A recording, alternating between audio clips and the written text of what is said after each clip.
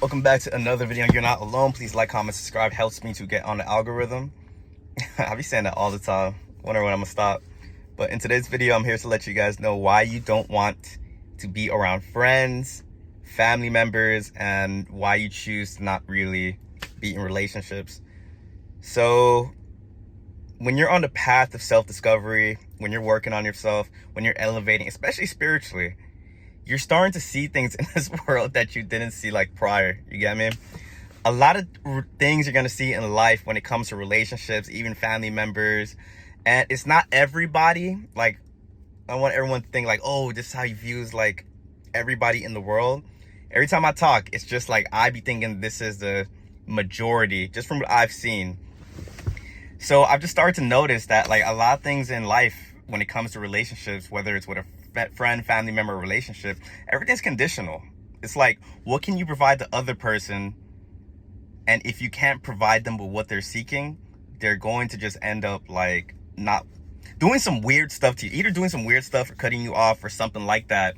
And you can try to get on the internet, people can try to believe themselves like, hey, unconditional love, that exists. But the more you kind of go through the world, you're going to see that unconditional love isn't really a thing. I honestly believe kids are the only ones that get like unconditional love. That's like my belief. Like, and even then, if you had a narcissistic parents, I'm sorry. And it's not funny, but you're never gonna get that unconditional love. And it's okay. Like, it's okay. I be seeing how the world works. And if unconditional love was a real thing, then we would live, it's already a toxic world, but I believe the world will be even more messed up than it is. If someone could love you and you could do anything to that person and they will still love you, that I believe that universe, God made it so it cannot be that. You get me? Like, you have to be able to put something in to get something. It's like the law of transaction. But I only talk about these things because I see a lot of people online thinking that unconditional love is a thing. So I just want to bring clarity to that. And why I say that people, at least the people that are following me and the people that's focused on their growth, are choosing to be by themselves, is because they're starting to see that what they're giving is not, they're not getting it back. You get me?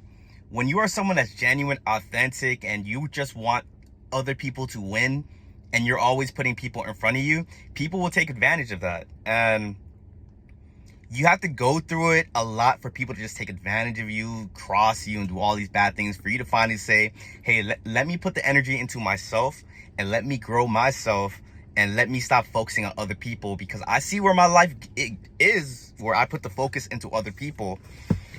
And when you start falling back and you start seeing yourself grow, like your career's going up, you're making more money, you're starting to become more confident, you start thinking to yourself, okay, why would I put myself back in these situations with these people if it's not really bettering me?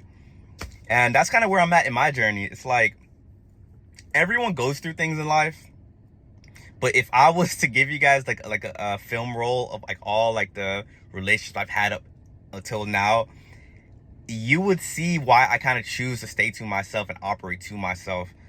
And I'm not even coming from a place where like every relationship I've kind of been in has been the other party's fault.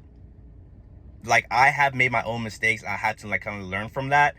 But at the same time too, you have to kind of be aware of the energy you have within you and how you operate, and just knowing you're going to attract a lot of bad people into your life. And family and friends, they're not, or no, the family thing is not exempt, because I think people think that if a person has a family like title, such as like father, mother, sister, brother, like any of these titles, that these people can't do you wrong. These people are the main ones that can do you wrong, because they know who you are. And because they know who you are, they know that I can play with this person and take from this person, because they're going to allow it. And on top of that too, it's when you are starting to grow as a person as well, a lot of people in life, they're kind of used to operating with you a certain way. They know, and it's subconsciously too, they just know subconsciously like, hey, if I talk to this person like this, they'll accept this, they'll accept that, because you just kind of allowed certain things for a large chunk of your life. So once you start growing as a person, it's like now you're changing up that dynamic. Now you're starting to have boundaries. Now you're starting to say no to people. And the people that aren't really for you, they're gonna get very offended by the boundaries. I'm gonna say, like, the old people from your past, like 90% of those people are going to get offended by your new boundaries. But this is where you see who deserves to be in your life and who doesn't. The ones that get offended, but now they're accepting the new you, that's fine, because they have to kind of get used to the new version of you and adjust accordingly. But the ones that can't get used to your new boundaries and your new version of yourself, and they don't want to accept it at all, so they're always trying to push it, you need to cut those people out of your life. And that's why I had to cut a lot of people out of my life. Like, a lot of people didn't like the person I was becoming. And in this world, you have to learn to put yourself first and realize that if you don't put yourself first, you're going to end up being drained. Like, you're going to end up being a shell of the person that you used to be. So that's why, like, a lot of you guys might be alone. It's like you're growing. You're starting to become aware of, like, the dynamics of how things are going on out here. You're seeing that we live in a very narcissistic, transactional world where everyone's kind of playing a character, and you're kind of just looking at reality and you're like, I don't want to play parts in this. I would rather just be to myself, because at least at the end of the day, I know I have myself. And will that stop me from making mistakes? No, like, I'm going to make mistakes, but I know I have my back at the end of the day. I can make the worst mistake in the world right now. And maybe some of you guys have to go out there and work on your self-love to the point where you don't hate yourselves. I used to hate myself, but now I love myself. So now I can make the biggest mistake in the world, and I don't care what it is. Like, I will still find a way to love myself through it and be like, I'll bounce back, and it was just a learning experience. You get me?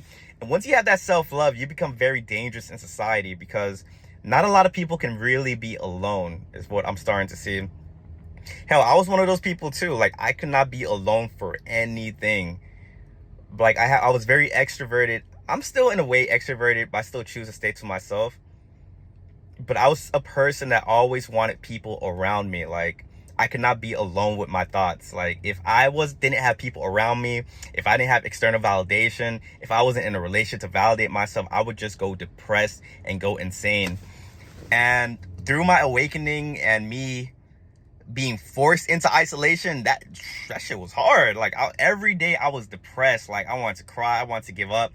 But it was through that pain and suffering that I came back, and it's like, I don't really need to be around people anymore. And the more you see that people are kind of like really selfish and in it for themselves, it's like, why would you want to give energy to those types of people? And sometimes too, people will play like they're not selfish, but they'll play like that to get something out of you. Like, they have like their own hidden agenda. It's like, people are very, like, it's crazy these days, and the veil is lifting more and more. And I'm just making this video to just bring awareness, let you know why you probably feel like an alien walking amongst humans, and why you want to stay to yourself, because society will shame you for that as well. Society will make it seem like you're the crazy one for not wanting to be around family, for not wanting to be in a relationship, for not really wanting to have friends around you. And it's because they haven't really went through the things that you went through. It's like, you put any sane person, like anyone that is telling you and making you feel like bad for not wanting to be around these people, you take that same person and put them through the experiences that you went through, and they're probably unalive themselves. Like, I'm just being real. But to be on a more like serious front, they'd probably feel the same way as you do. And I like to tell a lot of people too, like, if you're staying to yourself and you're really just kind of on your grind, it's like, reframe that whole loneliness thing. Reframe it as, you might be lonely, but that same loneliness is going to be the tool to help you get things done that you want to do. Because sometimes you will see that people are a distraction. And it's sad to say that sometimes too. Like, I'm not even telling you guys to stay isolated for like forever, but recognize that you were put on this planet for a purpose, and you need to work every day to get to that purpose. And if people are taking you away from that purpose, taking you out of alignment, maybe you have to kind of just fall back and just focus on yourself. And that's going to be the most cliche thing you're going to hear all the time, like, focus on yourself, focus on yourself. But I see when I focus on myself, that's what I just start attracting things into my life. So I'm telling people, all family, friends, relationships aren't bad, but have discernment to see, are these people actually serving you? Not in a selfish way, but are they adding on to your life, or are they just taking from your life? And that's all it is. That's all there is to it. Like, once you guys get to a certain level, you start attracting really good people in your life. And at that point, Don't self-sabotage. But that's the reason a lot of you guys choose to stay to yourselves. I will end this video by saying, even though you guys choose to stay to yourself, don't get addicted to that feeling, because at the end of the day, we are human.